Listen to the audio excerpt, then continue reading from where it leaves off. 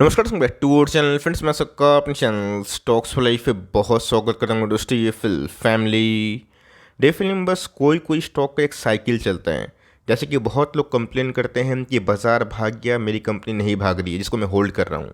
और कभी कभी ऐसा होता है कि बाज़ार भले ही नहीं भागे गिरे, बट कोई कंपनी की बात की जाए मल्टीपल टाइम फ्रेम में ब्रेकआउट करके सबको सरप्राइज़ करती है। तो बोलने का मतलब ये है कि जब बाज़ार 2021 का टॉप लगाया था उस समय गैस बैंक निफ्टी बिल्कुल नहीं भाग रहा था, फाइनेंशियल की हालत खस्ता थी। लेकिन दोस्तों उस समय केमिकल्स और आईटी का बूम था। लेकिन यस, अभी के टाइम फाइनेंस की बात की जाए, एनबीएफसी के अच्छे स्टॉक्स की बात की जाए या फिर डिपॉजिटरी की बात की जाए, उनका टेलविंड्स हैं जिसके वजह से वो सब कंपनी ना बाजार को आउट परफॉर्म कर रही है। लेकिन यस, केमिकल सेगमेंट गैस अभी भी इस रैली से पूरा वंचित है। तो एक केमिकल डेफरी कंपनी जिसने 20 सालों में ये बहुत ही लंबा कॉन्सलेशन फेस करके टाइम वाइज और प्राइस वाइज दोनों करेक्शन दिए हैं, उस पर हम लोग विचार करेंगे, विमर्श करेंगे। और आपको साथ ही साथ मेरा क्या आउटलुक बन रहा है उसको मैं एकदम अनबायस्ड होकर डिस्कस करूंगा। बिकॉज मुझे लगता है इस कंपनी में गोल्डन टाइम आ सकता है और ये गोल्डन स्टॉक गोल्डन प्राइस पे भी आ चुका है। चैनल फर्स्ट टाइम होंगे सब्सक्राइब कर सकते हैं इस तरह की क्वालिटी कंटेंट को सबसे पहले एक्सेस करने के लिए। Now without dealing any for time, let's begin. बाजार भागा मार्च और ऑफ कोर्स अप्रैल के बाद बाजार में जिन्होंने पैसे लगाए उनके बहुत ही पैसे बने, और जो फंसा हुआ फील कर रहे थे उनके पैसे बने। बट यस, अगर उनके पोर्टफोलियो में 100 स्टॉक है तो क्या 100 स्टॉक या फिर 1000 स्टॉक एक बारे भागे? बिल्कुल नहीं। उसमें से 40%, 50%, 60% के आसपास स्टॉक्स में रैली हुई है।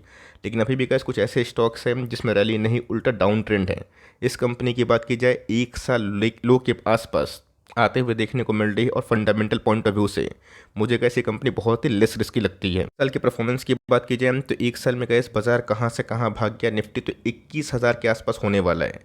सेंसेक्स की बात की जाए, बैंक निफ्टी की बात की जाए, सब लाइफ टाइम हाई पे है। बट ये कंपनी प्रीवियस एक साल से 20% डाउन है। परफॉर्मेंस वाइज की बात की जाए 5 ईयर्स में गैस जो कुछ दिन पहले ये आंकड़े हमें 250% के आसपास पैसे बनते हुए देखने को मिल रहे थे, हम टाइम के बाद मात्र इस कंपनी ने पैसे डबल ही किए हैं। और 2.5 सालों से गैस ये कंपनी एक बहुत लंबे कॉन्सोलेशन फेज में है। और इधर पे दोस्तों अगर आप देखें तो कंपनी ने बहुत ही लंबे बेस को तोड़ के फाइनली डिक्लाइन कर दिए हैं। तो करेक्शन कहाँ तक हो सकती है? और ऑफकोर्स मैंने गैस हमेशा बताया है गोल्डन स्टॉक को गोल्डन प्राइस में एवरेजिंग करिएगा और ऑफकोर्स फ्रेश एंड लीजिएगा विद सर्टन स्टॉप लॉस। अगर आप स्विंग ट्रेडर है या फिर लॉन्ग टर्म इन्वेस्टर हैं तो स्टैगर्ड वे ऑफ बाइंग करेंगे और ऑफकोर्स कुछ टेक्निकल को फॉलो करेंगे, आपको प्राइस का डायरेक्शन भी मिलेगा और ऑफकोर्स एकोमुलेशन में आपको हिम्मत भी बनेगी। कंपनी को तो सब हल्के में मत लीजिए, कंपनी का इस महा मल्टीबैगर है। और मैंने क्या बताया कि बहुत ही लिस्ट देखा जाता है 20 सालों में। अगर आप चार्ट देखें ना, ये कंपनी टाइम वाइज और प्राइस वाइज दोनों करेक्शन दिखाई।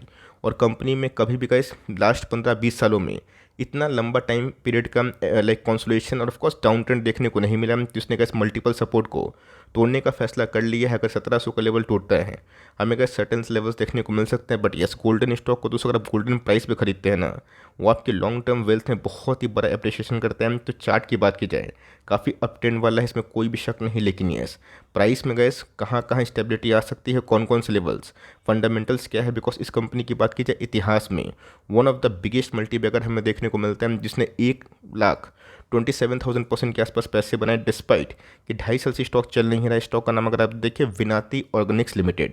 सो मोनोमर की बात की जाए ये कंपनी उसमें ही काम करती है। और कंपनी का इतिहास की बात की जाए बहुत ही पुरानी कंपनी है, 1989 से काम कर रही है। अब मार्केट कैप की बात की जाए 17,000 करोड़ के आसपास है। एक साल हाई 2145, लाइफ टाइम हाई 2377। और एक साल लो की बात की जाए उसी करीब आता हुआ देखने को मिल रहा है। प्राइस ट्रेंडिंग की बात की जाए 42 के आसपास है, जो थोड़ा महंगा तो है। बट कंपनी के आरओई की बात की जाए 30%, आरओसी की बात की जाए 30%, आरओई की बात की जाए 22%। ये बहुत ही मजबूत है। कंपनी का फेस वैल्यू 1 है। दोस्तों बहुत इंटरेस्टिंग डेटा और चार्ट में आपको दिखाना चाहूँगा और ये भी बताऊँगा जब जब कंपनी का इस अपने अर्निंग्स के विरुद्ध थोड़ा सा भागती है, फटाक से कंपनी के अर्निंग्स डिक्लाइन होने के बाद या ओवर वैल्यूशन होने के बाद थोड़ी बहुत करेक्शन कभी भी होती है। ये चार्ट अगर आप देखें तो बहुत पुराना हमें देखने को मिलता है। लास्ट 20 सालों में क्या घटनाक्रम हुआ है, जब भी कंपनी कैसे अपने अर्निंग के विरुद्ध जाती है, अर्निंग उसको ऑफकोर्स ऑब्जॉर्व करता है। सेम गैस हमने 15 में भी देखा था। और अभी के टाइम अगर आप देखें तो कंपनी का इस बीच में 21 में अपने अर्निंग्स के विरुद्ध गई थी। और अभी के टाइम अर्निंग्स बढ़ने के बावजूद भी time wise price wise correction दोनों देखने को मिल रहा है। मतलब दोस्तों इस कंपनी में जो पहले रेजिस्टेंस था अब शायद सपोर्ट बन सकता है। और इस चीज़ को गैस अगर आप ईपीएस पॉइंट ऑफ व्यू से देखेंगे तो आपका जो पिक्चर है ना वो काफ़ी हद तक क्लियर हो सकता है। इसको टूटना कंपनी को और भी शैटर कर सकता है, गिरावट भरा माहौल देखने को मिल सकता है। बट दोस्तों कंपनी में क्वालिटी वाइज कोई कमी नहीं है और मेरा ऐसा मानना है कि because of fundamental like changes की बात की जाए या फिर केमिकल्स में थोड़ी बहुत स्लो डाउन है जिसकी वजह से सेंटीमेंट नेगेटिव है। बट दोस्तों जब सेंटीमेंट बुलिश होता है तो प्राइस आपको काफ़ी महंगा पे करना पड़ता है, इस बात को आप देख सकते हैं। तो कंपनी का इस कभी भी अगर ओवरवैल्यूड होती है और उनके अर्निंग्स ठीक आते हैं ना, एक आध क्वार्टर के बाद हम लोग उसमें फिर से एक चेंजेस देखने को मिलता है। लेकिन कंपनी का अभी भी टाइम वाइज और प्राइस वाइज दोनों करेक्शन में है। इस बार के नंबर्स की बात की जाए तो वो तो गैस मुझे ठीक ठाक लगे ड्यू टू स्लो डाउन। आपको अच्छे से पता है कि टॉप लाइन में गैस कोई भी केमिकल कंपनी लास्ट 2 क्वार्टर से अपने पीक को तोड़ नहीं पा रही है। तो ऑफकोर्स हम लोग वही एक्सपेक्ट किए थे। ऑल दो ऑपरेटिंग मार्जिन से बहुत सारी कंपनीज के रिबाउंड्स हुए हैं, इस कंपनी में 25% के आसपास जो खराब नहीं है। कंपनी के पैट की बात की जाए, नेट प्रॉफिट की बात की जाए 80 करोड़ से ऊपर है। तो ये भी कहीं सम्मानजनक है, जो एक समय 125-30 के आसपास आया करती थी। सो बात करते हैं अप ट्रेंड का। मैं जनरली गैस वही सब शेयर को पकड़ता हूँ जिनमें अर्निंग का ग्रोथ है और अर्निंग के ग्रोथ के बाद ना हमें काफ़ी हिम्मत मिलती है, बल मिलता है। तो कंपनी का 21 से टीटीएम में अच्छा खासा ग्रोथ विटनेस करी है। ऑल दो 23 से तो डिक्लाइन है लेकिन कंपनी सॉलिड काम कर रही है। ओपीएम की बात की जाए वो भी गैस 25% से ऊपर है, जो एक सम्मानजनक बात है। कंपनी के गैस पैट ना पहले से बढ़े हैं। ऑल दो इधर पे थोड़ी डिक्लाइन हमें देखने को मिल रही है, बट मेरा ऐसा मानना है जैसे ही जीडीपी में बाउंस बैक देखने को मिलेगा वेरियस कंपनी हमें अच्छा करते हुए दिखाई दे सकती है। ये कंपनी है जो आज के टीटीएम में 400 करोड़ के ऊपर प्रॉफिट करती है, जो एक समय सिर्फ और सिर्फ उतना सेल्स करती थी आज से 10-12 साल पहले। उस समय गैस कंपनी के पैट 50, 55, 80 इस तरह के होते थे। वहाँ से गैस कंपनी अपने पैट के फिगर को बढ़ाई, जिसकी वजह से गैस कंपनी मल्टी बैगर बनी। मतलब अगर आप कुछ समय का पेन झेल सकते हैं, क्वालिटी से कॉम्प्रोमाइज़ नहीं करते और अच्छी कंपनी अच्छे ग्रुप की लाइक जो मैनेजमेंट अच्छा है जैसे कि विनोद सराफ, उन सब बिलीव करते हैं तो कंपनी गैस लॉन्ग टर्म में आपको बहुत ही पैसा बनाती है। कहा गया तो कंपनी के पास गैस रिजर्व की कोई कमी नहीं है। 2300 करोड़ के आसपास कंपनी के पास रिजर्व्स हैं और कंपनी का शून्य बोरोइंग को लाइक कंसिडर करती है। मतलब इनके पास गैस कोई बोरोइंग ही नहीं है। मतलब केमिकल में स्लोडाउन और भी कंटिन्यू होता है तो इस कंपनी को उतना प्रेशर उतना चाप नहीं है। मतलब कंपनी ख़राब से ख़राब टाइम में भी गैस अपना अस्तित्व बचा सकती है और गुड टाइम गैस जैसे ही आएगा यही सब कंपनी कैपेक्स करके अपने रिजर्व्स को यूज़ कर सकती है, बोनस बांट सकती है, डिविडेंड बांट सकती है। गैस कंपनी का निजी मामला है लेकिन कंपनी के बैलेंस शीट के अकॉर्डिंग ये कंपनी बहुत ही शानदार है। मोटा होल्डिंग भी गैस इस कंपनी में 74% है, जो बहुत ही आला है, शानदार है। 4.5% के आसपास स्टेक एफआईज के पास है और डीएस गैस पिछले कुछ समय से एक्मुलेशन पे काफ़ी निर्भर कर रहे हैं। 8% के आसपास उनकी स्टेक है।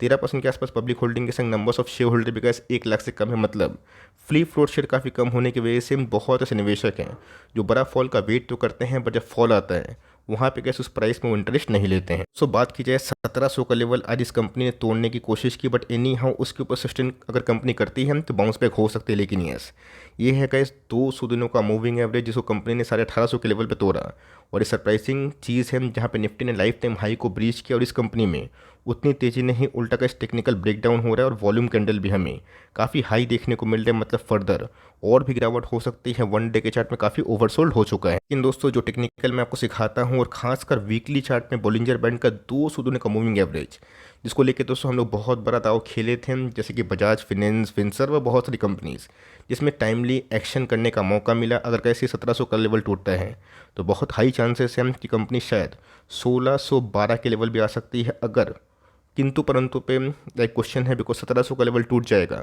ये तो कैसे अभी हिंट हो रहा है, अगर टूटता है और उसमें गिरावट होती है ये लेवल गैस बहुत ही अनुकूल है। तो 1650 से लेकर 1700 अगर चाहे तो fresh entry for long term, only for long term 3-5 years करने का प्लान कर सकते हैं। ये लेवल आता है और भी अकोमोडेशन कर सकते हैं और इस लेवल के बाद गैस फिबोनाची पैटर्न भी बहुत ही हद तक इंपॉर्टेंट हो जाता है। जो सीधा जो टॉप है 2377 उससे कैसे 38.2% के आसपास माइनस करेंगे, वही 1450-1500 के भाव आता है। ये सब लेवल्स कैसे अपने आप में ही बहुत ही स्ट्रॉन्ग डिमांड जोन बन सकते हैं। तो कंपनी में कैसे टेक्निकली काफ़ी वीकनेस हमें देखने को मिल रही है और 1 वीक के चार्ट में भी कंपनी ओवरसोल्ड हो चुकी है। दोस्तों मंथली चार्ट की बात की जाए तो बहुत ही कम ऐसे स्टैंसेस हमें देखने को मिलते हैं जब कंपनी टेक्निकली इतना वीकर साइड पे है और ये जो प्राइस है ना बहुत ही पुराना प्राइस हमें देखने को मिलता है, मतलब 10-12 साल का, जहाँ पे कैसे कंपनी कभी भी इन सब सपोर्ट पे आती है आरएसआई इंडेक्स का, वहाँ पे स्ट्रॉन्ग रिकवरी हो सकती है। तो कंपनी का इस मेक और ब्रेक लेवल पे अगर आप देखें इन सब लेवल्स पे कैसे अगर आप बाई नहीं करते हैं तो वो सब ठीक नहीं है। आप चाहे तो बाउंस बैक का भी वेट कर सकते हैं, जो आपको अच्छा लगे वो आप कर सकते हैं। बट ये प्राइस कैसे काफ़ी अट्रैक्टिव मुझे दिखाई पड़ता है और मुझे लगता है कि इन सब सपोर्ट में अगर आप थोड़ा बहुत लाइक डाउनसाइड झेल सकते हैं और निवेश करते हैं, जैसे ही गैस वक्त का पहिया है घूमता है, तो बाजार को जिस तरह लोगों ने टाइमिंग करके नहीं पकड़ा, उन जिनसे रैली मिस हुई वही गैस समझते हैं कि मैं क्या बताना चाह रहा हूँ।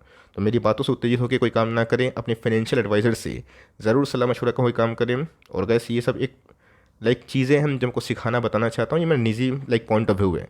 इसको ऐसे एजुकेशनल जो वीडियो है उसको आप कंसिडर करें, और कंपनी अच्छी लगती है आप टाइमली एक्शन ले सकते हैं। बट मेरा ऐसा पॉइंट ऑफ व्यू है कि इस कंपनी को लॉस में ना बेचें और हिम्मत हार के ना बेचें। जब इनका टाइम आएगा, भले ही थोड़ा बहुत करेक्शन के बाद कंपनी और भी लोगों को डरा सकती है, बट टाइम चेंज होने के बाद कंपनी बाउंस बैक भी करती है, और ये हिंट हमने बहुत जगह पे देखा भी है। तो आपका क्या पॉइंट ऑफ व्यू है कमेंट बॉक्स में ज़रूर बताइएगा। और वीडियो अच्छी लगी तो प्लीज़ लाइक करिएगा, चैनल फर्स्ट टाइम होंगे सब्सक्राइब करके बेल आइकन को प्रेस करना भी ना भूलिएगा। तो गाइस मिलते हैं जल्दी ही, तब तक के लिए bye. Thanks for watching friends, God bless you all.